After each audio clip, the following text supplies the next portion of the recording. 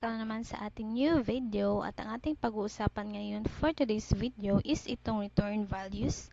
Continuation pala ito guys sa ating Java methods. And then, start na tayo. So, itong return values, ito yung gusto mong may value na ibabalik yung method mo na ginagamit.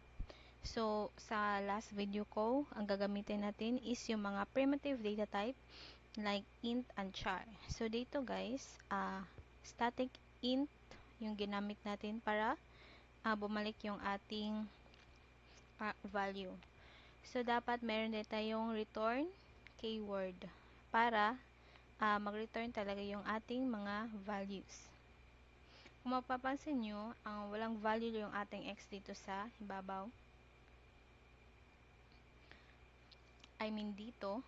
And then, pagdating naman dito is nilagyan niya ng value. So, 3. So, pag nilagyan niya ng 5 plus x. So, ibig sabihin, 5 plus 3. So, ito yung ating output. Yung output natin is 8. So, ito lang ang gagawin natin guys sa pag gusto mong tawagin yung ating methods dito at lagyan ng value. So, next natin is itong returns the sum of a method's two parameters. So, two parameters, ibig sabihin dalawa yung ating int na ginamit. It depends sa inyo guys kung ano ang parameters ang gagamitin nyo. And then, so, return down natin yung x plus y. So, wala tayo ditong values.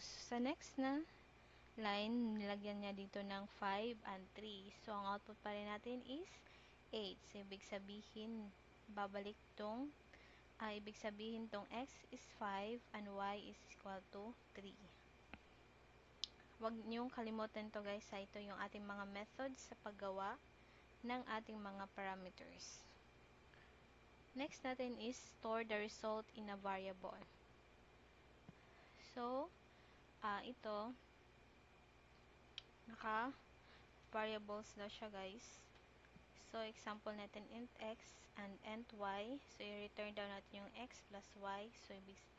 So, sa next line natin is int z is equal to my method 5 and 3. So, ano pa yung my method natin ito? So, 5 and 3, ibig sabihin x and y natin. And then, nakastore na siya. Hindi na siya nakastore dito. Nakastore na siya dito sa z para isahan lang yan guys. So, ibig sabihin yan, 8 pa rin ang kanyang output.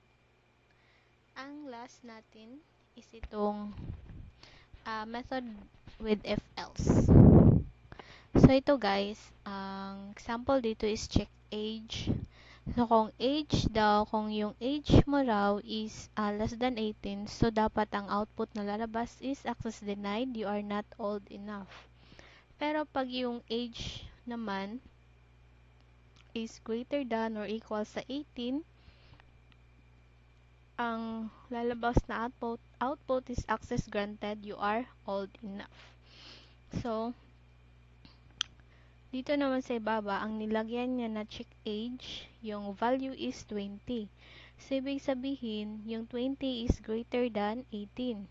So, ang ating output is access granted, you are old enough. Pero pag nilagyan mo ng 16 yan guys, ito yung lalabas. Access denied, you are not old enough. So, ayun lang muna guys for today's video and thank you for watching. Happy coding. God bless.